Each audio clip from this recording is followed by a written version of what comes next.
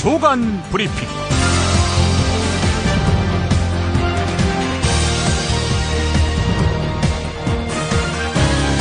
2015년 10월 2일 금요일입니다. 오늘은 조선일보 김태훈 문화부 차장의 칼럼 헬조선 탈출을 꿈꾼다면, 이걸 소개함으로 시작하려고 합니다. 제목부터 끌리죠. 헬조선 탈출을 꿈꾼다면. 이런저런 서설을 다 제거하면 김태훈 차장이 말하고자 하는 바는 이겁니다. 그렇다면 답은 이 땅 대한민국에서 찾아야 한다. 우리가 사는 곳에다가 지옥이라며 침을 뱉거나 자조할 것이 아니라 파라다이스 조선으로 만들기 위한 희망 프로젝트를 가동해야 한다. 네, 희망 프로젝트를 가동하라. 이겁니다. 너무나 허망하지요. 아무리 아둔한 사람이라도 희망을 어떻게 갖는가 하는 방법을 몰라서 절망하는 것은 아니지요. 결국 노오력이 부족해서 그런 거다 라는 말을 하려는 것은 아닐까요? 조선일보 기자들에게 대안을 제시하라는 말은 아닙니다. 연봉 6천만 원이 넘으면 귀족노조라면서 이들이 임금 인상과 무관한 투쟁을 벌여도 등 따습고 배부른 자들의 염치 없는 행동으로 매도하는 조선일보 기자들, 그런 당신들의 평균 연봉이 6,240만 원이라고 하더군요. 그래놓고 이것도 모자란다며 1등 신문에 걸맞는 대우를 해달라. 기자의 자존심은 월급에서 나온다. 이렇게 말한다고 하지요. 이 나라 비정규직 노동자가 600만으로 전체 임금 노동자 2명 중 1명꼴이고, 이 가운데 최저임금을 받지 못하는 노동자가 모두 227만 명으로 전체 임금 노동자 8명 중 1명꼴입니다. 임금 인상을 요구했다가는 목이 날아갈까봐 온갖 저임금과 차별에도 불구하고 아무런 불만 표시를 못하고 일만 묵묵히 합니다. 조선일보 기자들에게 헬조선의 이 같은 비탄한 현실을 해결할 대안을 제시하라고 하지 않겠다 말씀드렸죠. 어차피 그들의 삶에 감정이입을 못할 테니까 말입니다. 따라서 표리부동하고 또 하나마나한 충고는 가급적 삼가주길 바랍니다. 조선일보 새 편집국장 임명에 붙여서 드리는 말이기도 합니다. 이 시각 반드시 알아야 할 뉴스부터 전해드리겠습니다. 찬성 반대 그 의사는 듣지 않았고, 이러한 방향으로 이야기를 지금 내가 전개하려고 한다 상의했습니다. 여야 대표 회동에 앞서서 우리는 반대했다, 이런 청와대 관계자의 발표가 있었죠. 이와 관련해서 새누리당 김무성 대표는 청와대 측이 우려를 표명한 것은 맞다, 이렇게 말했습니다. 그러면서 청와대로부터 반대한다라는 말을 들은 기억은 없지만 청와대 쪽에서 그런 우려 표명이 반대라고 굳이 이야기한다면 좋다, 수용하겠다 라면서 이 문제로 청와대와 공방을 벌일 생각이 전혀 없다, 이렇게 강조했습니다. 왠지 한 발 물러서는 분위기죠. 잠시 후에 상세한 소식이 여러분을 기다리고 있습니다. 그 인증받은 차량들이 실제 운전자들이 도로에서 운전을 할 경우에는 그 인증 조건과 다르게 과다 배출되는 이런 문제가 많이 확인이 됐었습니다. 나흘간의 실험실 조사를 마친 환경부 김정수 교통환경연구소장의 채널A 인터뷰였습니다. 독일 포크스바겐의 디젤차 배출가스 조작 파문이 확산되고 있는 가운데 국내에서도 12만 대 정도가 리콜될 전망입니다. 포크스바겐, 이보다 앞서서 세계적으로 최대 1,100만 대에 대해서 리콜을 단행하겠다 이렇게 밝혔는데요. 하지만 리콜만으로 현 사태가 정리될지는 미지수입니다. 수리하면서 생길 수 있는 연비 감소, 또 성능 저하 같은 이런 문제에 대해서 포크스바겐 측이 정확한 설명을 하지 않고 있습니다. 교육과정에 충실해서 공부해서 일정 점수가 나오면 자기에 맞는 등급을 다른 학생 실력과 상관없이 받을 수 있기 때문에 굉장히 큰 변화라고 말씀드릴 수가 있습니다. 대학 수학능력시험 영어가 절대평가로 전환되지요. 교육부가 발표한 9등급 절대평가 방식을 최근 5년 동안 치른 수능과 올해 치른 모의평가 결과에 대입해봤습니다. 그랬더니 영어는 입학 자격 정도로만 활용하는 자격고사에 가까워지는 것으로 나타났다는 겁니다. 영어가 대학 입시에서 하나의 통과 의례처럼 된다면 파장이 클 겁니다. 고등학교에서 영어 수업 시간이 줄어들고 영어 사교육 시장에서 무게 중심이 초중학생 쪽으로 이동할 것으로 보입니다.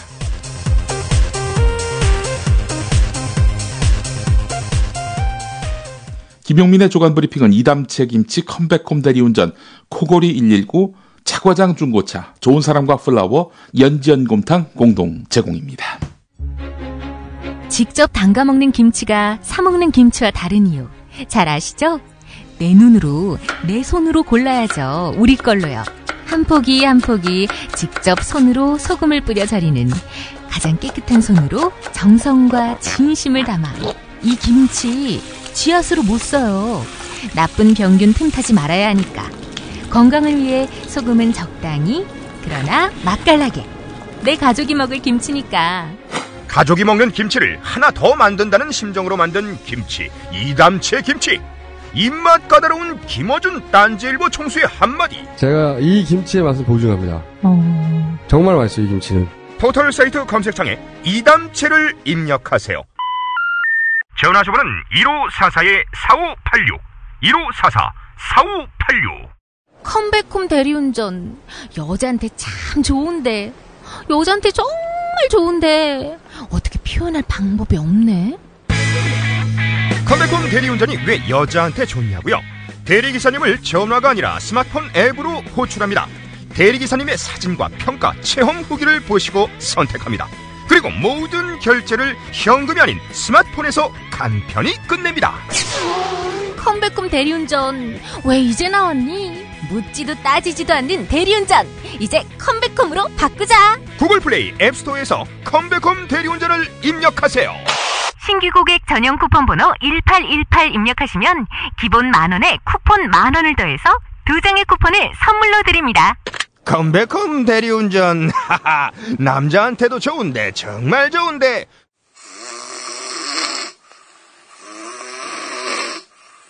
큰일 났네요. 큰일 났어요. 다른 사람에게 폐 끼치는 건 둘째치고 본인의 수면 건강이 무엇보다 걱정됩니다. 한 방을 써야 하는 부부와 연인, 군입대나 기숙사 입사를 앞둔 청년, 코수술, 비싼 양압기 구입, 이젠 안 하셔도 됩니다. 간편하고도 반영구적인 코골이 방지기구 24,000원이면 됩니다. 심한 코골이와 수면 무호 걱정 마세요. 99%의 감소 효과를 보장합니다.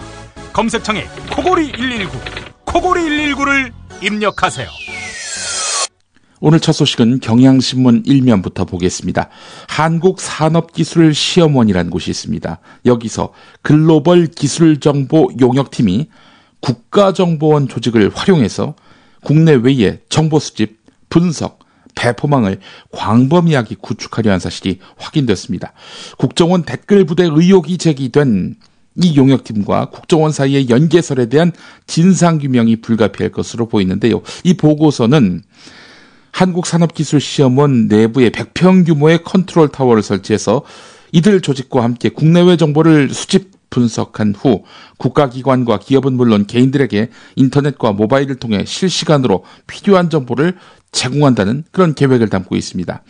사실상 이 컨트롤 타워가 광범위한 정보 수집망을 토대로 해서 여론 수집은 물론이고 조작을 위한 빅브라더로 기능할 수 있는 체계로 확대 발전할 위험이 있다는 것입니다. 보고서는 세계 268개국의 수출 관련 정보를 12,000개 중소기업에 실시간 제공하는 것을 사업 목적으로 하고 있지만 기업 정보 수집에 왜 국정원까지 참여해야 하는지에 대해서는 밝히지 않고 있습니다. 자, 그런데 이 용역팀에서 5개월 동안 일하다가 퇴사한 최모, 김모 씨는 대부분 팀원들은 지난 대선 때 댓글 알바 조직을 연상시키는 활동을 했고 서버에는 무수히 많은 아이디와 이름이 보관돼 있었다라고 말했습니다. 이 최모 김모 씨, 이 퇴사한 최모 김모 씨는 용역팀은 국정원 입시준비생을 상대로 해서 강의를 한 민모 씨가 지휘를 했고 주말마다 민모 씨의 제자, 그러니까 국정원 직원으로 보이는 사람이 작업을 하고 돌아갔다 이렇게 설명을 했는데요.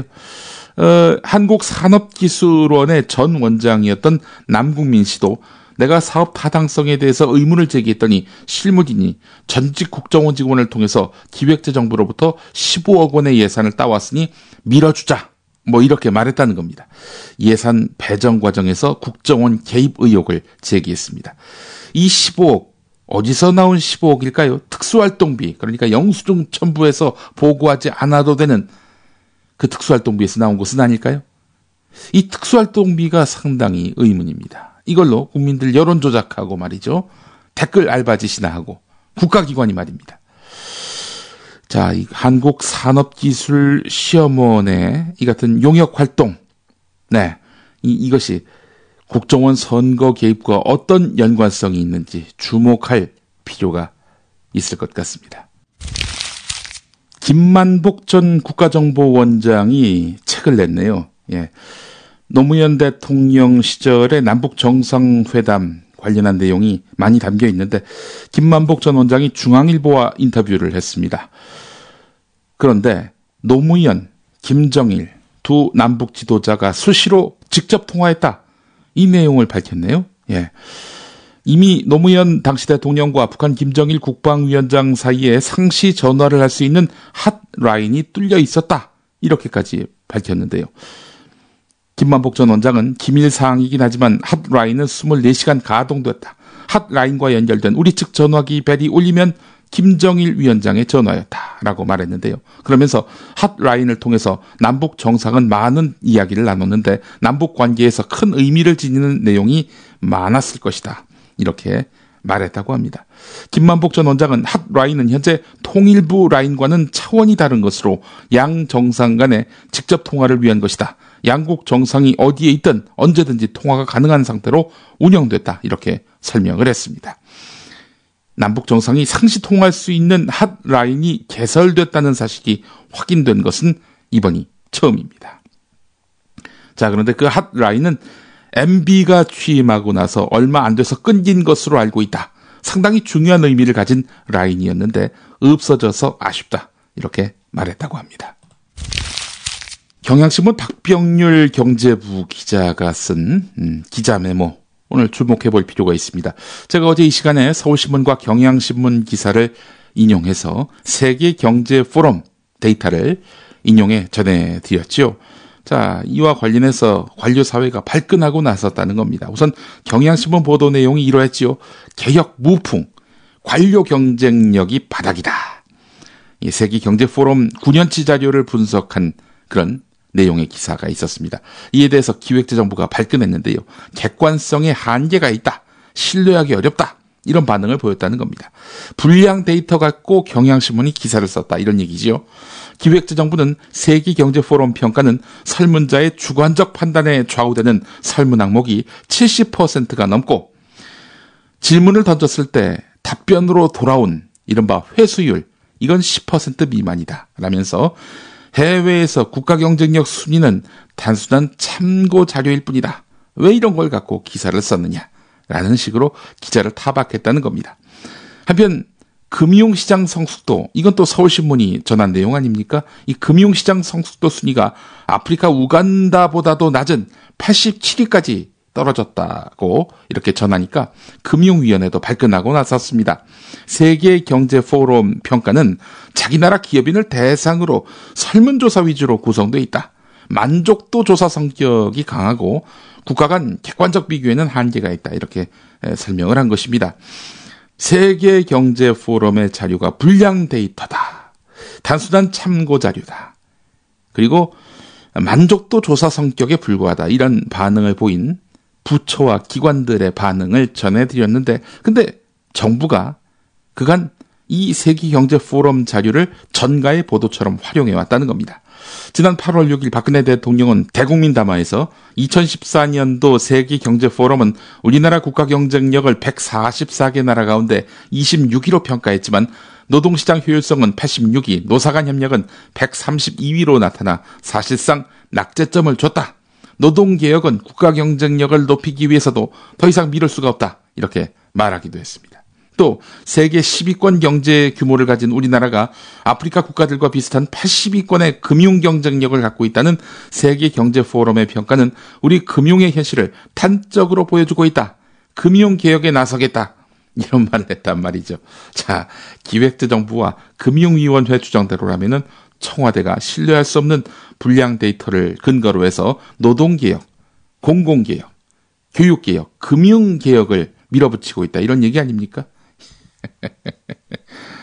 이들을 위해서 준비한 그 사자성어가 있죠. 아전인수. 예, 아전인수. 이겁니다. 새누리당으로 눈길을 돌려보겠습니다.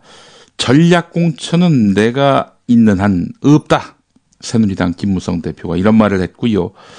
친박계 홍문종 의원 이에 대해서 구식다발총으로 전쟁 준비하자는 거냐.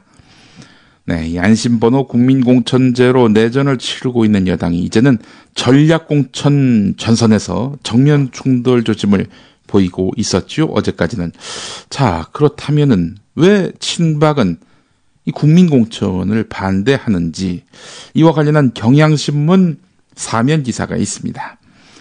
살아있는 권력인 청와대를 등에 업은 친박계는요, 힘에서는 우위를 보일지 모릅니다. 그러나 여당 내의 세력 분포상으로 보면은 소수파에 해당합니다. 지난해 5월에 국회의장 후보 경선 때 보십시오. 비박 정의화 승, 친박 황우여 패. 7월 전당대회 비박 김무성 1등, 친박 서청원 2등. 올해 2월에 있은 원내대표 경선 비박 유승민 승, 친박 이주영 패. 예, 이런 표대결에서 판판이 깨졌습니다. 자, 공천학살의 아픔을 두 차례나 겪은 김무성 대표는 특정인 개파 중심의 공천 개입을 원천 봉쇄하려는 의지가 매우 강합니다. 오픈 프라이머리와 전략공천 제로, 이걸 강조한 것도 이런 맥락이라는 것이죠. 문제는 이 같은 김무성 대표 뜻이 관철될 경우 당내 역학관계가, 그러니까 비박이 우세인 이런 역학관계가 지금 이대로 쭉 이어질 것이란 점입니다. 이렇게 되면 친박은 아예 와해 위기에 몰릴 수도 있는 겁니다. 이 경우에 박근혜 정부 4년에서 5년 차 이쯤 되면은 국적 동력은 상실될 위기를 만나게 되는 거지요. 친박으로서는 이런 시나리오를 원천 봉쇄해야 합니다.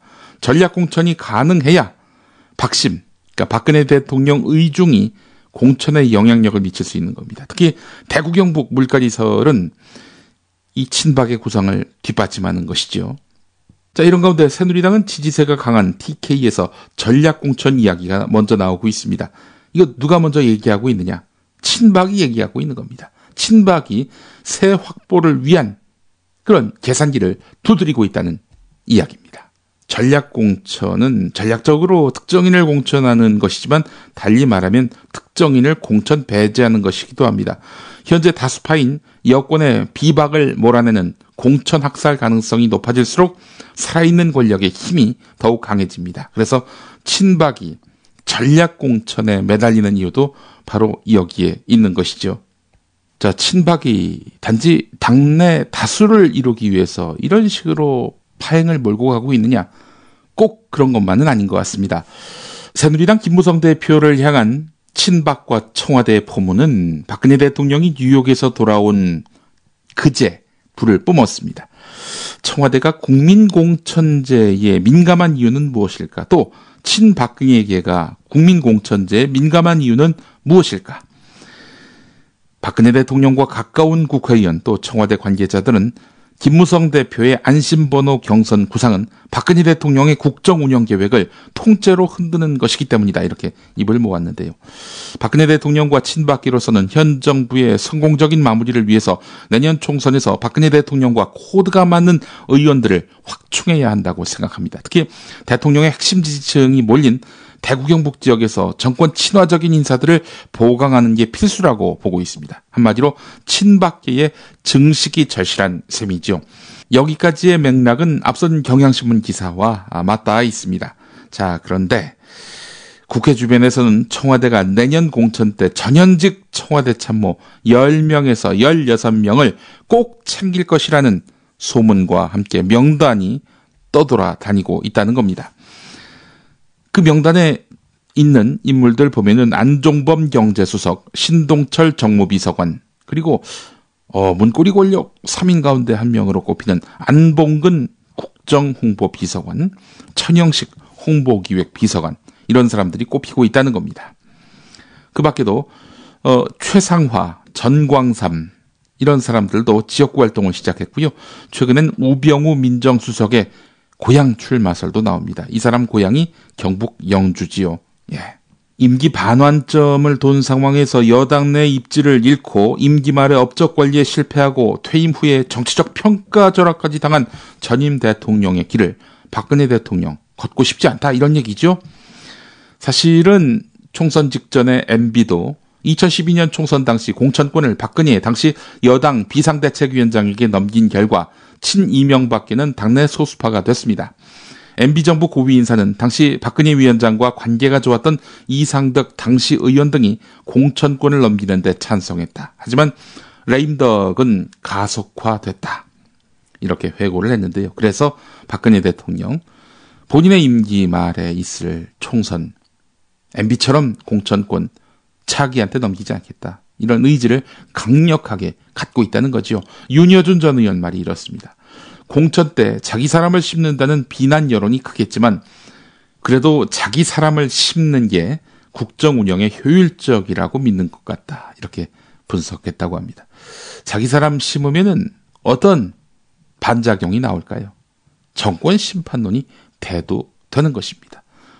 정권을 심판할 만한 그런 후보가 나왔으니 정권 심판론이 대두되는 것은 너무나 당연하지 않겠습니까?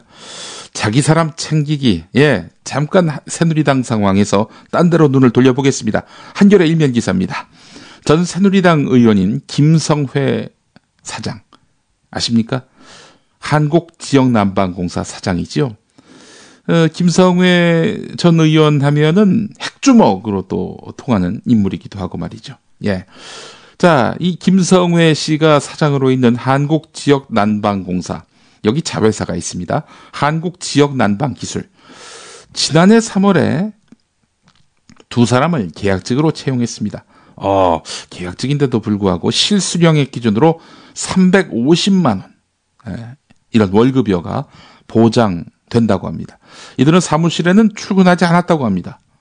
그래요? 자회사 직원들은 채용 사실조차 몰랐습니다. 자, 누가 이런 엄청난 혜택을 받았을까요? 한 사람은 난방공사의 현 김성회 사장이 국회의원을 지내던 시절에 지역구 사무국장 출신의 김모 씨입니다. 또 한 사람은 박근혜 대통령이 한나라당 대표일 때 수행경원이었던 김모 씨였습니다. 이들의 채용을 두고 뒷말이 도니까 두 사람은 지난 4월에 퇴직을 했는데요. 한편 이모 전 공사 비상기획관, 공사 전체의 보안을 담당하던 자리에 있던 인물인데요. 이분은 이제 김성회 사장이 취임하기 전부터 있었던 인물입니다. 자, 그런데 김성회 사장 취임 직후에 임기가 만료가 됐습니다. 하지만 3개월 뒤에 서울 강북 지역을 따로 담당하는 보안 담당 자리가 신설되고 이 자리에 이례적으로 재고용됐다는 겁니다. 사장 매제, 측근, 육사 동기까지 특혜 채용을 한 것 아니냐 이런 의혹이 줄을 잇고 있는 난방공사. 한국일보 28면을 보니까 말이죠. 농협중앙회와 최원병 회장 주변에 대한 검찰 수사가 진행되고 있죠. 최원병 회장 아들의 농협대학 입학 과정이 도마에 오르고 있습니다. 아버지가 조합장으로 있던 시절에 추천을 받았는데요. 1차 서류 전형서에서 99등 턱걸이에도 불구하고 면접 논술로만 장학생으로 합격했다는 겁니다. 또 수상한 것은 최원병 회장 취임 전에 입시 요강이 대폭적으로 변경됐는데 농협이나 농협대는 우연의 일치다 이렇게 이야기하면서 특혜를 부인하고 있지만 7년 전 당시에도 말이 많았다는 목소리가 남아 있습니다. 남들에게는 좁은 문이었던 농협대학 입학의 길. 어찌된 것이 농협회장 아들에게는 술술 열렸던 것이죠. 다시 새누리당 상황으로 돌아와 보겠습니다. 새누리당 김무성 대표가 공식 일정을 전부 취소한 것을 두고 정치권에서는 김영삼 전 대통령 따라하기 아니냐 이런 분석이 나오고 있다고 경향신문이 3면에서 전하고 있는데요. 자, 3당 합당 후에 민주자유당 대표에 올랐던 김영삼 전 대통령은 1990년 11월 3당 합당 당시에 합의했던 내각제 각서가 언론에 유출되면서 정치적 위기를 맞았습니다. 본인은 대통령이 될 마음이 너무나 강했는데 이 합당하는 과정에서 노태우, 김영삼, 김종필 이 세 사람 사이에 앞으로 내각제로 간다. 이런 식으로 합의를 봤단 말이죠. 이 합의를 YS가 깨고 있다라는 그런 비판이 당내에서 일고 있으니까 그때 김영삼 전 대통령 위기 아닙니까? 자, 이 위기를 역으로 음모론을 주장하면서 당무 거부라는 초강수를 던진 다음 고향 마산으로 내려가서 집거했습니다. 결국 노태우 대통령과 민정계의 항복을 받아낸 다음 대표직에 복귀를 했고 2년 후에 집권에 성공했습니다. 자, 당무 거부, 잠깐의 당무 거부일 가능성이 높아 보입니다만은 김무성 대표가 이런 YS를 따라한 거 아니냐, 이런 평가가 가능한데요. 자, 과연 그럴까요? 오늘 서울신문, 동아일보, 조선일보를 한번 주목해 보십시오. 그렇지 않다에 좀 더 방점을 두지 않을 수 없게 될 것입니다. 서울신문 일면 기사에는요, 청와대와 김무성 공천 룰을 특별기구에 일임하기로 합의했다. 갈등이 봉합됐다. 이렇게 전하고 있습니다. 김무성 대표와 현기환 청와대 정무수석 간에 통화가 있었고 극적인 합의가 있었다라는 겁니다. 자, 이제 갈등 끝, 화합 시작, 이렇게 되는 걸까요? 서울신문 기사만 보면 이렇습니다. 자, 그런데 조선일보 일면을 또 봐야 됩니다. 김무성 대표가 청와대에다가 공방 그만하자 이러면서 휴전을 제의했다는 겁니다. 김무성 대표가 어제 저녁에 청와대 고위 관계자에게 전화를 했다고 하는데 말이죠. 청와대 고위 관계자, 서울신문 기사를 보면은 현기환 정무수석일 가능성이 대단히 높습니다.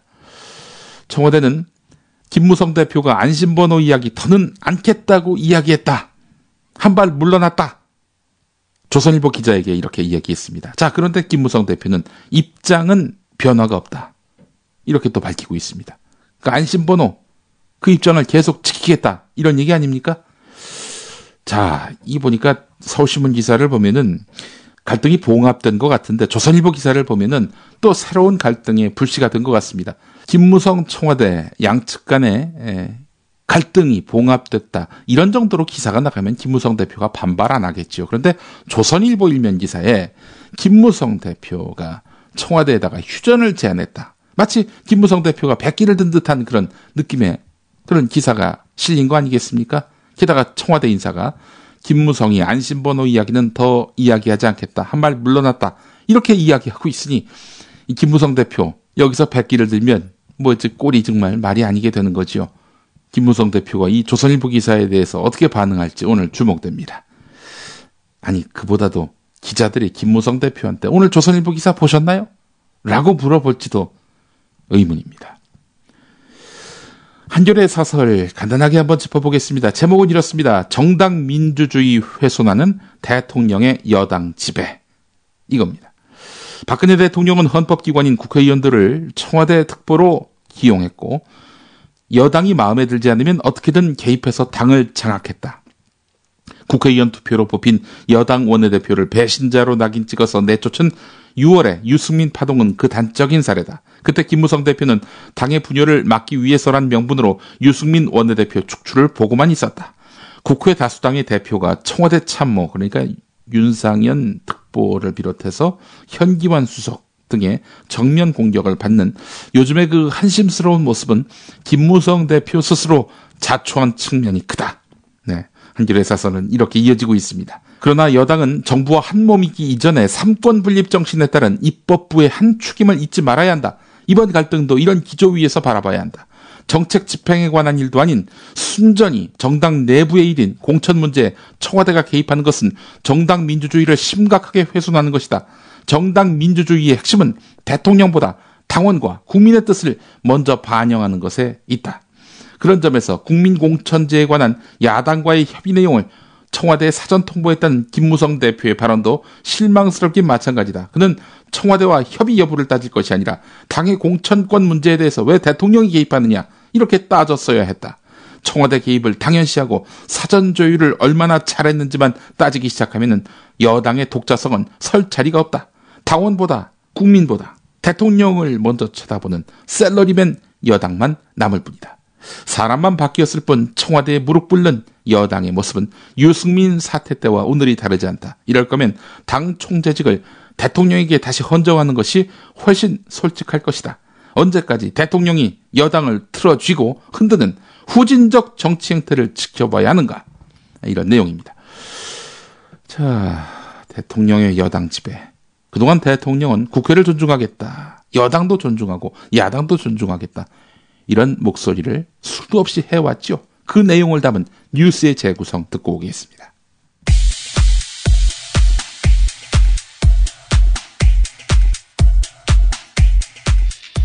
국회 존중. 이건 박근혜 대통령의 지론. 여당이건 야당이건 차별하지 말아야 한다는 것도.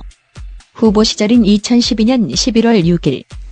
국민 대통합의 탕평 인사로 회전문 인사나 편중 인사라는 말이 나오지 않도록 할 것입니다.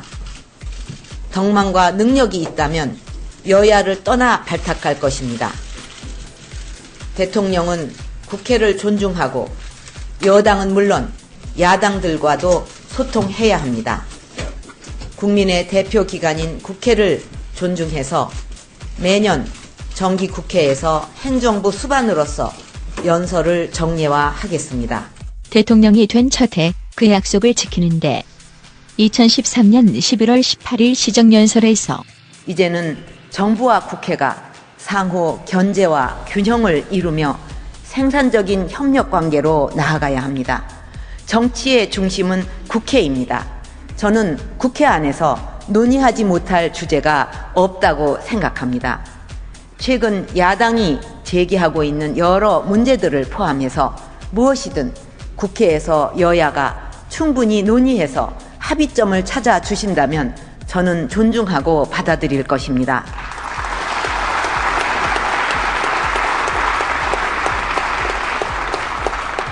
정부는 여야 어느 한쪽의 의견이나 개인적인 의견에 따라 움직일 수는 없습니다. 국회에서 여야 간에 합의해 주신다면 국민의 뜻으로 받아들이겠습니다. 이 같은 국회 존중은 올해 1월 12일에도 거듭 강조한 바. 네, 채널A 동정민 기자입니다. 저는 국내 정치 질문 좀 드리겠습니다. 여당인 새누리당 일각에서는 청와대가 당의 일에 너무 개입한다는 불만들이 좀 있는 것 같습니다. 바람직한 당청 관계에 대한 생각 좀 밝혀주시고요. 특히 김무성 대표와 청와대의 관계가 좀 소원하다는 인식들이 있습니다. 지난해 연말에 친박 의원들이 청와대에서 만찬을 가진 사실이 뒤늦게 알려졌고 이 이후에 김무성 대표와 친박 진영 간의 갈등도 좀 커지는 양상 같습니다. 김무성 대표를 별도로 만나실 계획은 혹시 없으신지 당내 화합을 위해서 좀 역할을 하실 생각은 있으신지 말씀 부탁드립니다. 사실 그 당청 간에 이제 오직 그 나라 발전 걱정하고 또 경제 어떻게 하면 살릴까 그런 생각만 한다면은 서로 어긋나고 엇박자나고 그럴 일이 전혀 없을 거라고 생각을 합니다. 저는 정부는 여당은 정부의 그 동반자다. 국정을 같이 이렇게 해 나가야 될 동반자라고 생각하고 또 그 같이 힘을 합해야만 여러 가지 어려움들을 이겨 나갈 수가 있다. 이렇게 생각을 해서 당을 너무 개입하고 그러지 않냐 그러는데 그렇지 않다고 보는데요. 오히려 당의 의견을 존중하고 또 당의 협조를 구하기 위해서 많이 노력을 하고 그렇게 그동안 해왔습니다. 그리고 또 새해 들어서 앞으로는 더욱 이제 아까 조직 개편 말씀도 드렸지만 더욱 긴밀하게 협력을 해 나갈 수 있도록 앞으로 노력을 해 나갈 것입니다. 그리고 친박 그 만찬이라고 그러셨는데 지금도 자꾸 친박 그런 얘기가 계속 이어지는 게 좀 이걸 언제 떼어내 버려야 될지 모르겠는데 그때 이제 그분들이 한번 식사를 같이 했으면 좋겠다 대통령한테 요청을 해왔어요. 그래서 그럼 한번 오시라 이제 그렇게 했는데 그게 이제 12월 19일이 되다 보니까 그 날을 위해서 한 거 아니냐. 근데 실제는 우연히 그렇게 됐어요. 왜냐하면은 이제 저도 이렇게 일정이 자꾸 안 나오고 그래갖고 이번에 하려다가 그럼 3, 4일 늦춥시다 이렇게 하고 또 그쪽이 안 맞으면 또 늦추고 이렇게 하다가 한 게 기가 막히게 12월 19일이 돼서 더 그렇게 생각할지 모르지만 그분들이 한번 그렇게 식사라도 했으면 좋겠다고 요청이 와서 이제 그렇게 그 모임을 가진 거고요. 또 뭐 김무성 대표는 뭐 언제든지 만날 수 있습니다. 네, 만나겠습니다. 청와대 홍보수석의 마지막 멘트는 비단 채널A 기자에게만 하는 말 같지는 않은데. 동기자 당청 관계 잘 했습니까? 예.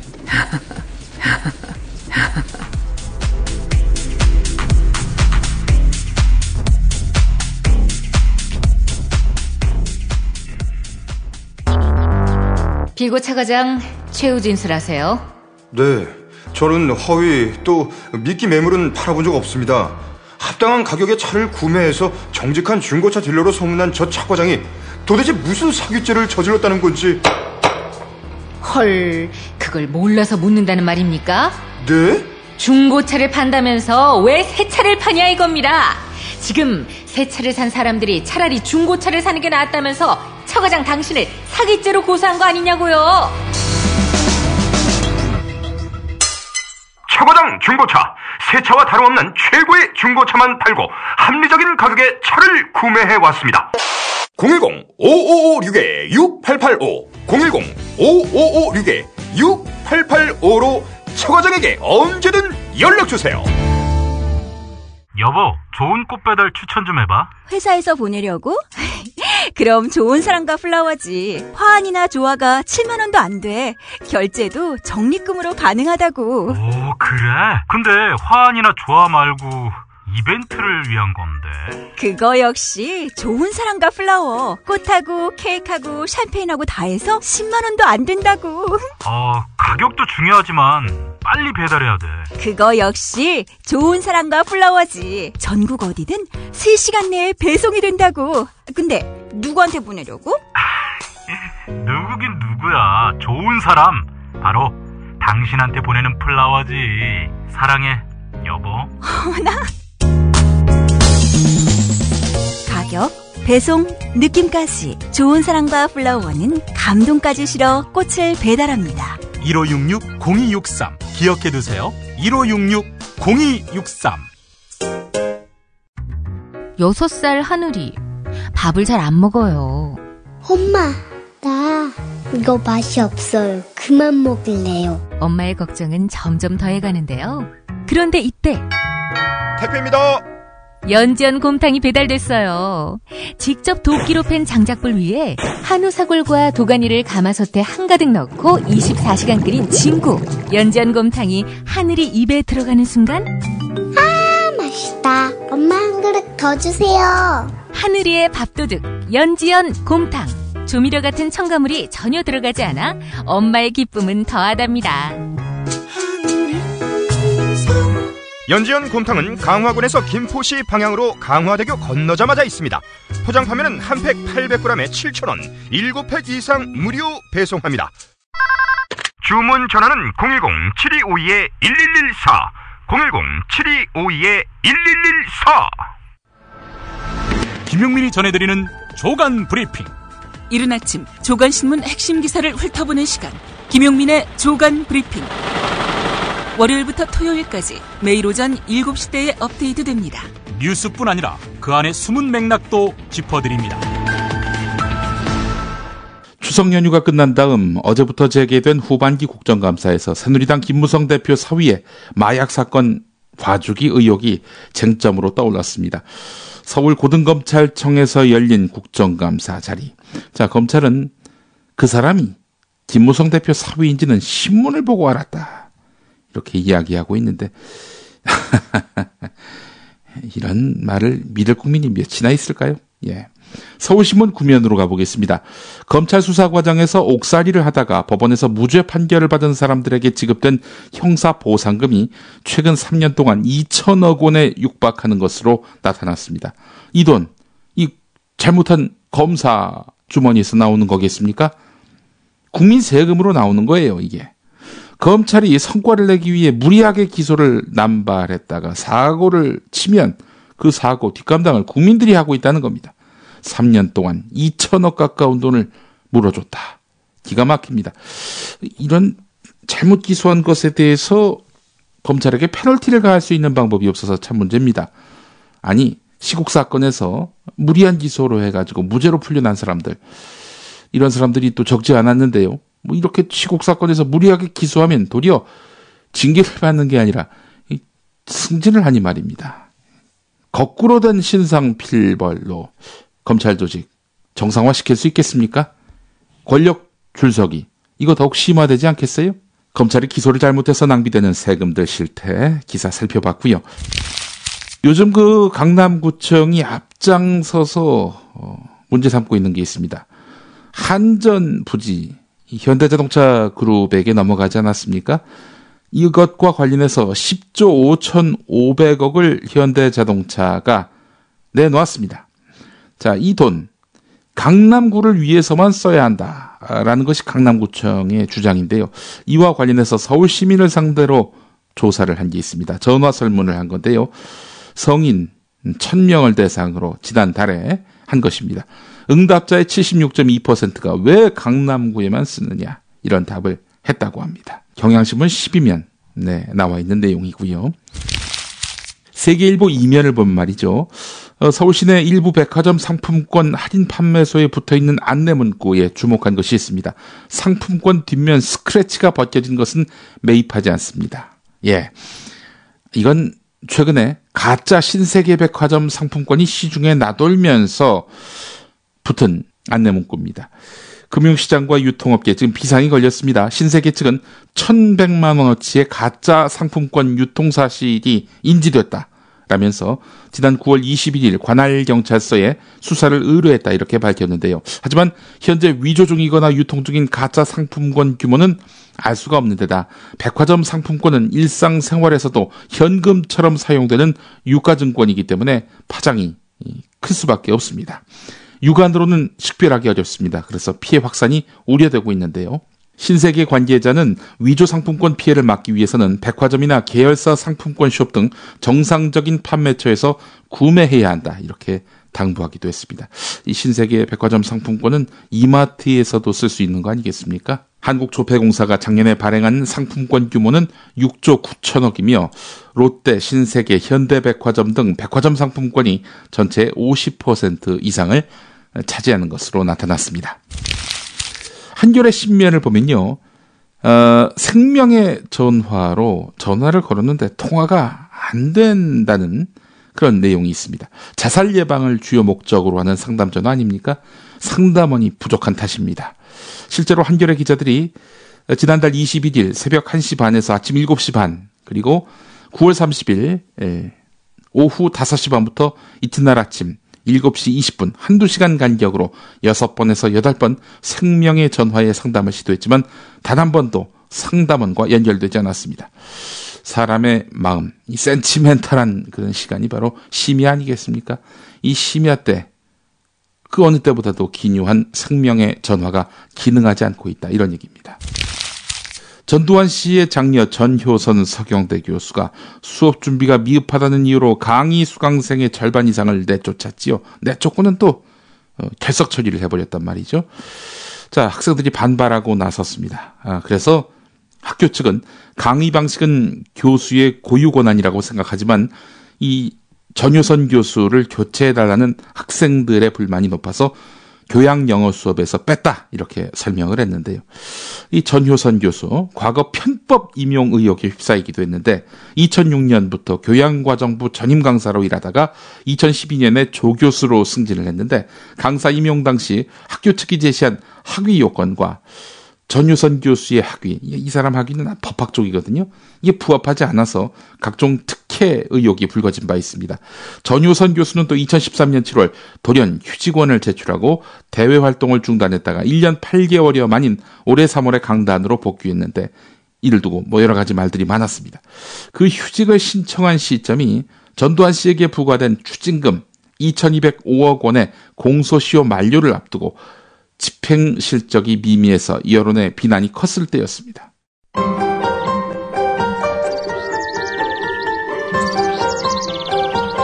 오늘의 날씨. 오늘 전국에서 파란 하늘이 드러나겠습니다. 낮 기온 어제와 비슷하거나 조금 높아서 선선하겠습니다. 서울이 22도, 전주 23도, 대구는 23도에 머물겠습니다. 당분간 맑고 낮 동안 선선해서 아침이 한층 더 깊어지겠습니다. 오늘 한국일보 이진우 에너지기후정책연구소 상임연구원의 칼럼 새마을운동은 누구를 구원할 수 있을까? 이 제목의 내용을 소개해드리면서 마무리 지을까 합니다.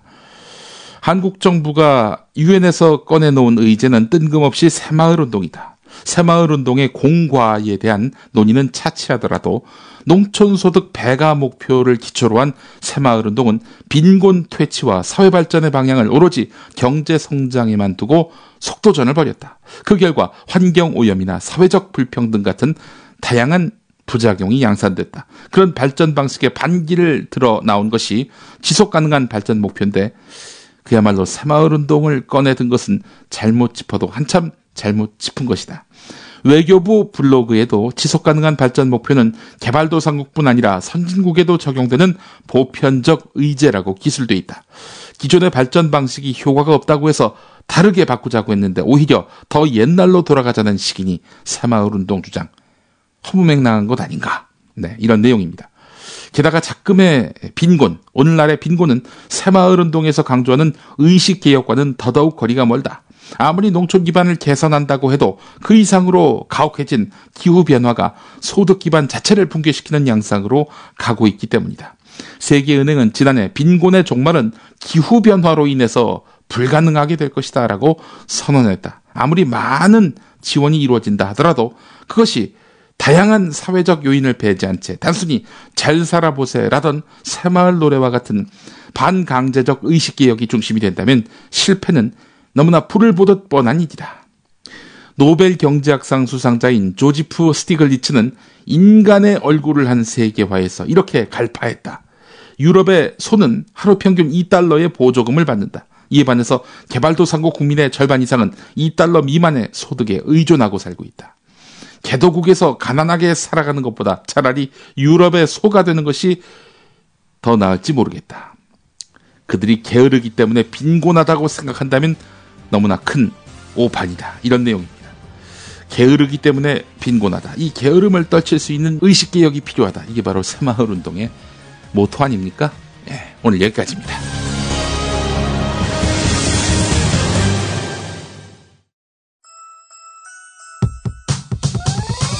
이번 방송 괜찮았나요? 작별의 여운 이렇게 표시해주세요. 다운로드하기, 댓글 달기, 구독하기, 별점 주기. 더 좋은 방송 만들어달라는 약속 이렇게 응원해주세요. 다운로드하기, 댓글 달기, 구독하기, 별점 주기. 기억하셨죠? 다운로드하기, 댓글 달기, 구독하기, 별점 주기.